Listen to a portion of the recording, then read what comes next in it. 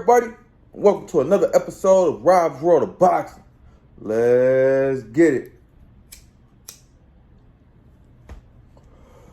Alright. Being that there was no fights last weekend, I'm going to do something a little different. And being that it's the end of the year, I'm going to jump into my year-end awards, and give away some awards that I feel was well-deserved this year, man. They give their own awards in boxing. I'm not going to go through that. I'm going to give you my opinions on what, each award should have been. And some awards they don't even have. But I, implemented those award categories as well. And, man, I'm giving away awards for that shit too, man. But yeah, man, without further ado, let's hop into it, man. All right, my fighter of the year, man. I had it was really between Devin Haney and Dimitri Bivol. I ended up going with Dimitri Bivol, being that he beat Canelo Alvarez in May, then beat Gilberto Zurdo Ramirez in November, who was 44-0 when they fought. He's a WBA champ, man. So, shit. Put some respect on his name for that, man. So, that's my fighter of the year, man. Dimitri Bivol, man. I mean, you can make a strong argument for Dev, but that Canelo fight and you beating Canelo, arguably pound fighter in the world. I mean, arguably the best pound fighter in the world. Put some respect on your name. Congratulations, Dimitri Bivol, getting that fighter of the year from Rob's World of Boxing. Yeah. All right, fight of the year. The fight of the year. I think they had Lee Wood versus Michael Conlan. I'm gonna run with Sebastian Fundora versus Erickson Lubin, man. It happened April 9th of this year. It was at 154 junior middleweight, if you didn't know. It was a 9th round corner stoppage win for Sebastian Fundora. But Lubin actually went down in the second round from a nasty uppercut Fundora delivered, man. And it was in slow motion. Lubin was all, it was crazy. You got to see it. Fundora actually went down in the 7th round. I think it was the second time he'd been down in his career. And in the 9th round, Fundora put Lubin down for the final time of the fight and kept him there, giving Sebastian Fundora a 9th round KO win versus Erickson Lubin, man. I feel like that was fight of the year, man. It was a back and forth contest. A lot of people felt like Lubin was going to, beat Fundora, and put his name back on the map. A lot of people felt like Fundora was a gimmick because he's so tall at the weight and slender. But yeah, man, Fundora proved everyone wrong. Well, most of the people wrong, who was not in his corner. But yeah, man, it was fight of the year, man. If you didn't see it, man, go check it out, man. It was an amazing fight, man. Back and forth contest. I went and watched it about 2 or 3 times this year, man, after the fight. So it was a pretty good fight, man. All right. Congratulations, Sebastian Fundora and Erickson Lubin on putting on Fight of the Year and getting that Fight of the Year award from Rob's World of Boxing, man. Congratulations, guys. Yeah. Into the next category. Round of the year, man. Who had the best round, in the fight this year? And I would have to give that to the 12th round, man, of the Lee Wood versus Michael Conlan fight. Man, it was crazy. Lee Wood knocked Michael Conlan out of the ring after losing most of the night, man, and most of the fight. And retained his belt, man, at featherweight 126 pounds, if you didn't know. It was an amazing round, man. It was an amazing fight over there in the UK, an amazing environment.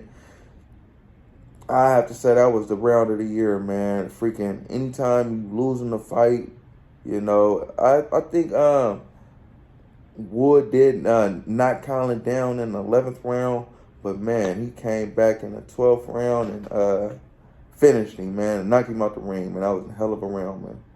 Good job. Lee Wood versus Michael Collin, getting that round of the year, man. Congratulations, guys, getting that award to me, man. Rob, man, on Rob's World of Boxing. Yeah. All right, knockout of the year, man. Oh, man, oh, man.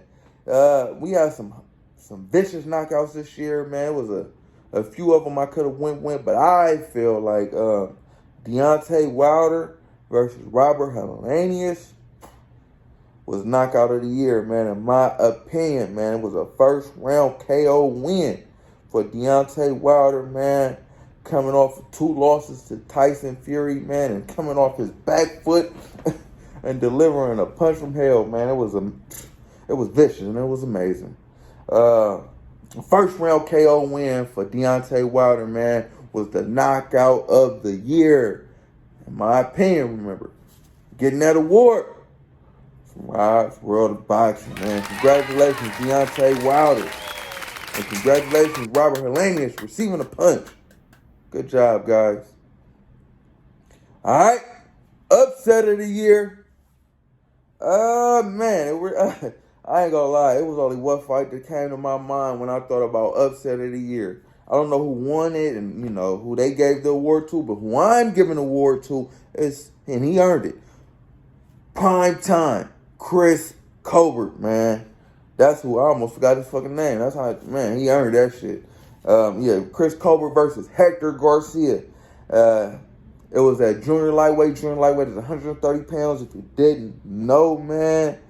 Man, it was crazy, man. Chris Colbert was on the verge of a title shot. It was actually supposed to be against the champion, and I guess the champion pulled out like the last minute or something, and they replaced him with Hector Garcia.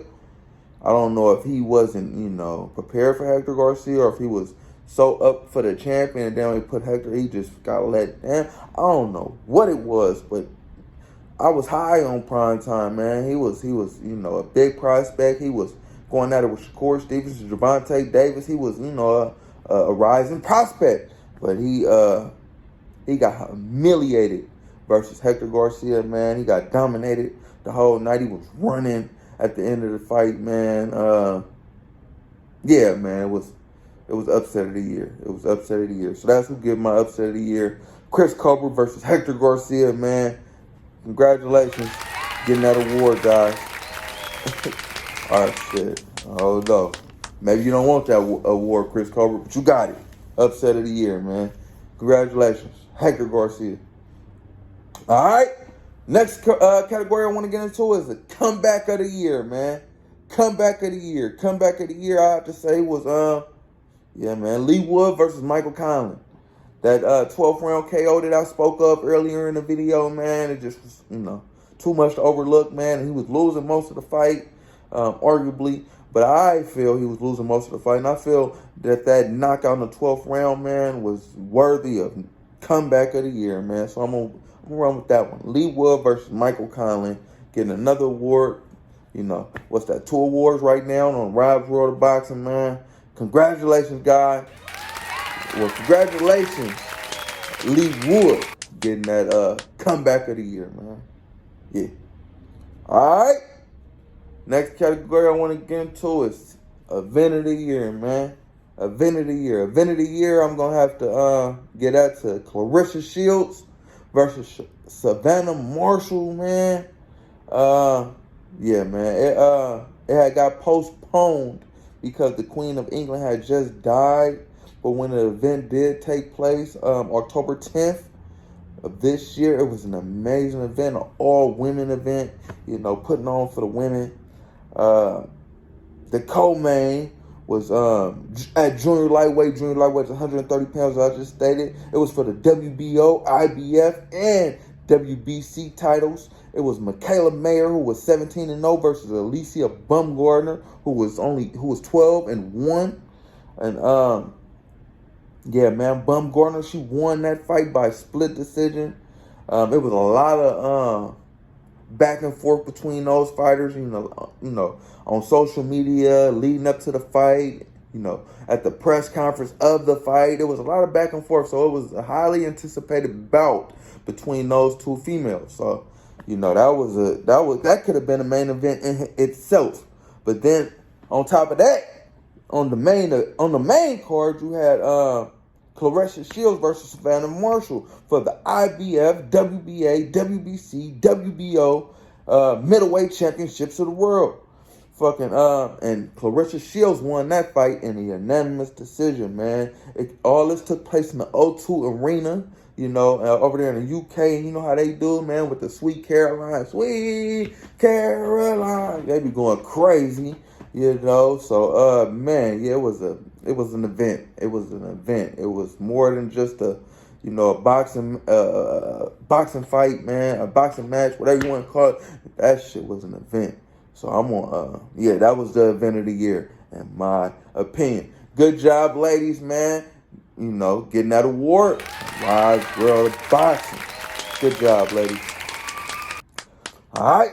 Next category, Prospect of the Year. Prospect of the Year, I feel was it was a lot of prospects that I could have went with. Tiger Johnson, freaking Duke Reagan, freaking. It's a lot of good young prospects. Bruce Shushu Carrington, but I feel like the guy who's head and shoulders above those guys, and that's nothing, that's no easy feat because these are some motherfucking dogs, these young men. But I feel, man, Keyshawn Davis was Prospect of the Year. He's 7-0, 5 KOs, 23 years of age. This year, he scored a 6-round TKO win versus Esteban Sanchez, who was 18-1. And that fight transpired April 30th of this year. He also scored a 5th-round TKO win versus Omar Bahana, who was 25-5. And that fight transpired September 23rd of this year. And he also scored a unanimous decision win versus Juan Burgos, who was 35-6-3. A couple weeks back, December 10th of this year, man. So he had 3 impressive wins this year against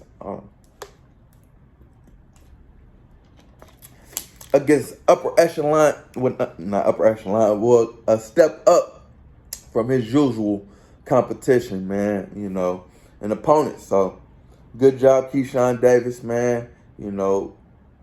Continuing your winning ways and proving everybody right, because everybody got you as a future star of boxing, man. I know that's pretty hard, carrying all that. That's a lot of pressure, leading the way for your brothers as well.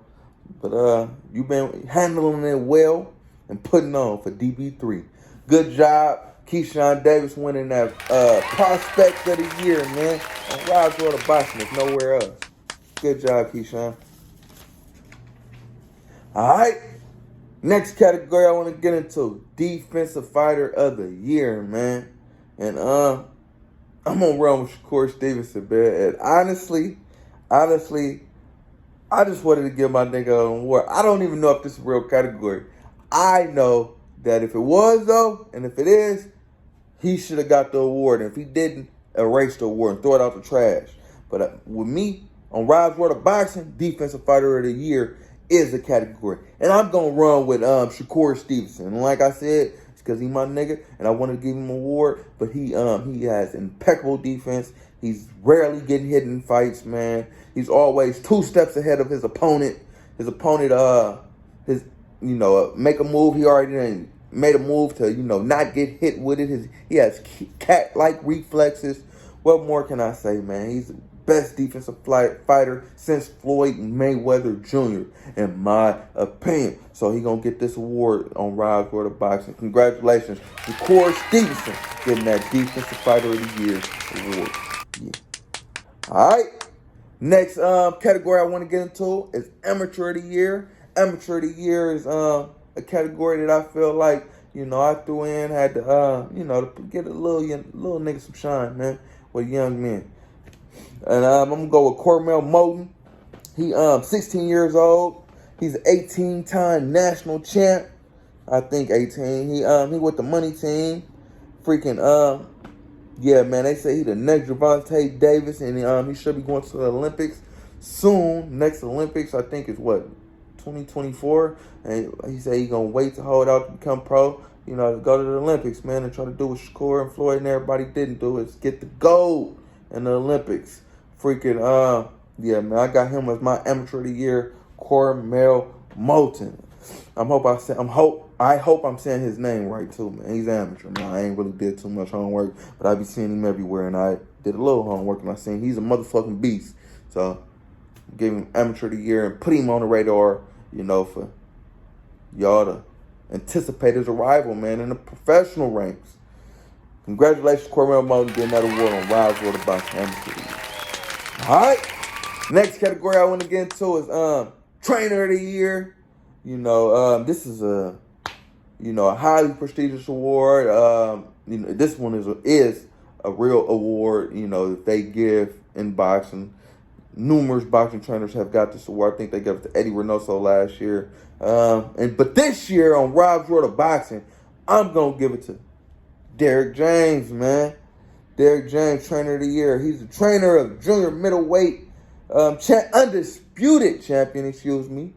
Undisputed, junior middleweight is 154 pounds. If you didn't know, undisputed champion is Jermell Charlo. He scored a 10th round KO win versus Brian Castano, who was 17-0-2. And that fight transpired May 14th of this year. Also, Derrick James is also the trainer of IBF, WBA, WBC welterweight champion Errol the Truth Spence Jr., who scored a 10th round TKO win versus Jordanis Ugas April 16th of this year. And Derrick James is also the trainer of Frank Martin. Arguably, he could be Prospect of the Year, who scored 3 big wins in 2022. His first being against Romero Duno by 4th round TKO, January 1st. His second being versus Jackson Marinas by 10th round TKO, July 19th, I think that is. And his third being versus Michelle Rivera by unanimous decision win in a 12-round contest, December 17th, a couple weeks ago. Back about 10 days ago. Yeah, man. Those are all great accomplishments, you know, for, you know, his fighters, man. Freaking, and I feel like if it wasn't, and I feel like he's not solely responsible, but he's mainly responsible, man, because especially with Frank Martin, man, because I watched that Michelle Rivera fight, man, and I feel like that was a 50-50 fight. The only difference in that fight for me was before the fight being, because once the fight started, I seen Frank Martin, I had to put some respect on his skills. But before the fight and during the fight, Derrick James, man, he was shouting out instructions. He was, you know, giving the right instructions. He was putting Martin in positions to succeed during the fight, man. And I feel like he probably made that in the game plan leading up to the fight. And I feel like Michelle Rivera corner was not doing the same. And it just showed the levels. You know, it's levels in this shit. And there's levels in the training game too, man. I feel like Derrick James is at the highest level of, you know, the training game, man. So put some respect on his fucking name and give him the fucking award, man. I don't know if that's what they did, but that's what I'm gonna do here at Rob's World of Boxing, man. Good job, Derrick James. All right, and the final category I want to get into, I don't know if it's a real category, but I'm gonna make one here at Rob's World of Boxing because I run shit. Best promotional company of the year, man. And I know it's kind of like probably pitting promotional companies against each other, but that's what we're doing with the fighters. We're giving them an award, you know. It's not like we're picking one or the other, but we are, you know. So, yeah, man, I'm going to run with top-ranked promotional company, man. I'm not saying that I like them the best, but I'm saying they put on the best promotions this year, man. They put on the best fights and they promoted it the best. Freaking Bob Arum, he's about 90 years old. I think he just had his 90th birthday, man. We need to appreciate that, man, while he's still here. I ain't saying nothing You know, because what you wish for somebody else, you know, well, not what you wish, what you put in the air, you know. But I'm not putting it in the air. I'm just saying, I'm stating the obvious. He's 90 years old, man. Only a few people have lived, you know, to be past 100, man. Well, not a few. Not a lot of people have lived to be past 100 years old. So we need to appreciate him while he's still here. He's, in my opinion, he is the greatest boxing promoter ever to ever live. So, yeah, man, I'm going to give him an award, man. I'm going to give him his flowers while you know, here smell him. Man, he the best promotional company this year.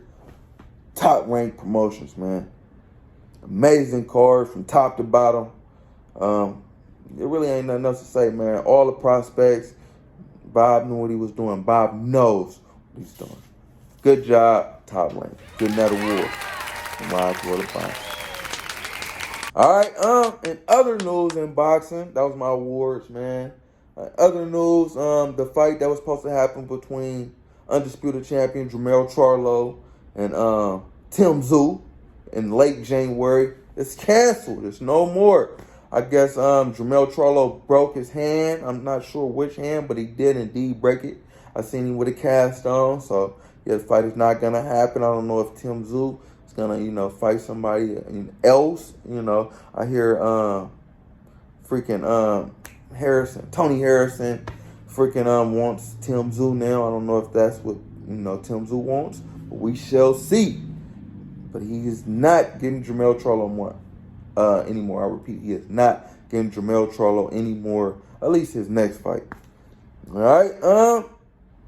Also, something else I want to talk about, of course. Stevenson, man, he still can't get a fight at 135 pounds. He's moving up from 130. You know, he destroyed the weight, and now he's trying to, you know, do the same at 135. But he's having a hard time getting anybody in the ring. Nobody want to see him, man. He was saying it was going to be George Kambosos, you know, after a slew of people turned him down. I forget, it was a lot of people who turned him down. But George Kambosos, he said he don't want the smoke either, I guess. And that's smart for George, I ain't going to lie. Because he already done fought Dev. Dev is like a boxer, you know, and then he going to fight Shakur. Shakur is the ultimate boxer. So George probably want to get in there with a brawler or something. Somebody make him look good now. You know, don't get in there with Dev and Shakur again. Don't. Now, anybody who want to have a promising career, I say don't get in there with Shakur Stevenson. I ain't gonna lie to you. That'd be my advice if I was in that corner. But y'all boxers, man, y'all got to fight. And this man got to get a fucking fight, man. Come on. Quit being scary, y'all. Get in the ring with the man. Hold on. But yeah, man, hopefully Shakur can get a fight at 135, man. All right, something else I want to touch on is after Josh Taylor, after Jack Catterall, I feel like after that fight, which I feel he will win that fight. He's gonna win that fight easily. Because I feel like before the first fight, he probably was overlooking Catterall. He stated he's having a hard time making 140 pounds, you know, and he probably was in his mind already moved up to 147 and when he went in that first fight. But this fight, I feel like he's getting ready for it, and, you know, he's had this on his mind. People were saying Catterall beat him, Catterall this, Catterall that. He's, you know, gonna get in shape, and as he said, he's gonna show people who Josh Taylor really is. And I feel like he's gonna beat the hell out of Jack Catterall, then move up to 147, where that's the question I want to pose. Is he gonna dominate 147 how he dominated 140? And I don't know, man. I really don't know. It's some dogs at 147. You got Jerron Boots Ennis, you got Errol Spence, who's going to probably be gone when he get there. Terrence Crawford's going to probably be gone. Well, he might, because as I just went through, you know, it's really, everybody's going to be moving up soon. Even Jerron Boots Ennis, he's going to probably get a belt, couple belts, and move up, you know. But I feel like that's the only real competition for him. So I take that back, you know. Yeah, that's the only real competition for him is Jerron Boots Ennis at welterweight if he move up. So he could be a problem. Him and Jerron Boots Ennis, you know, they can both, you know, be on a crash course collision to meet at 147, which will be a hell of a fight. Hell of a fight. And, yeah, man, that's it, man. That's it for the topics I wanted to touch on. Yeah, freaking, yeah. Boxing's interesting, man. I'm telling you, man, boxing going down 2023. It's popping 2023. But the last fight I want to talk about is going to happen next week in 2022. It's going to happen December 31st, Saturday, December 31st in Tokyo, Japan. It's a title fight for the WBO Junior Bantamweight title. Junior Bantamweight is 115 pounds. If you didn't know, it's going to be on DAZN. It's a 12-round contest at Junior Bantamweight. As I just stated, it's 115 pounds. It's between Katsuro Ioka and Josh Franco. Katsuro Ioka is 29-2, 15 KOs, 33 years of age. He's from Tokyo, Japan, and he's the WBO champ, man. All right, his opponent, Joshua Franco, he's 18-1 with 2 draws, 8 KOs. He's the brother of Bam Rodriguez, the fucking Superman of the lightweights. He's dominating everything down there, Bam being. And he's from San Antonio, Texas. Joshua Franco being. All right. I feel like Katsuro Ioka, he's kind of, been waiting to get his belt up. I don't know who it was going to be to, but I knew he was waiting to give it up. And, it might be to Joshua Franco. I don't feel like Katsuro Ioka, he's the best at junior bantamweight, So, with that being said, I feel like Josh Franco should win this fight. But he's not his brother, man. His brother say he used to be beating his ass all when he was Bam. He used to be beating Bam ass all when he was little, and all he'd beat his ass. I don't think he'd beat your ass no more, Bam. I'm just sorry to tell you. I feel like you overtook your big brother, and you are a step above your big brother. But I feel like your brother, man, he's still nice, and he should be able to get this win versus Katsuro Ioka. But if he doesn't, it might be it for his title chances, man. Yeah, man, I see DAZN trying to push him forward, after your resurgence. Yeah, man, hopefully it can give him some momentum, man, and hopefully he can get this win and, start getting some footing under himself and, putting himself on the map. So, yeah, man, I say unanimous decision win for Joshua Franco in that fight. All right, yeah, man, that's it for 2022. Well, next week is it for 2022. So, I'm looking forward to 2023. Hopefully 2023 is a better year in boxing than 2022. We got let down on a lot of fights 2022. A lot of fights didn't happen that was supposed to happen. Hopefully they happen in 2023. Looking forward to it. Yeah. Like, comment, subscribe, all that shit, people. Rob's World of Boxing. Yeah.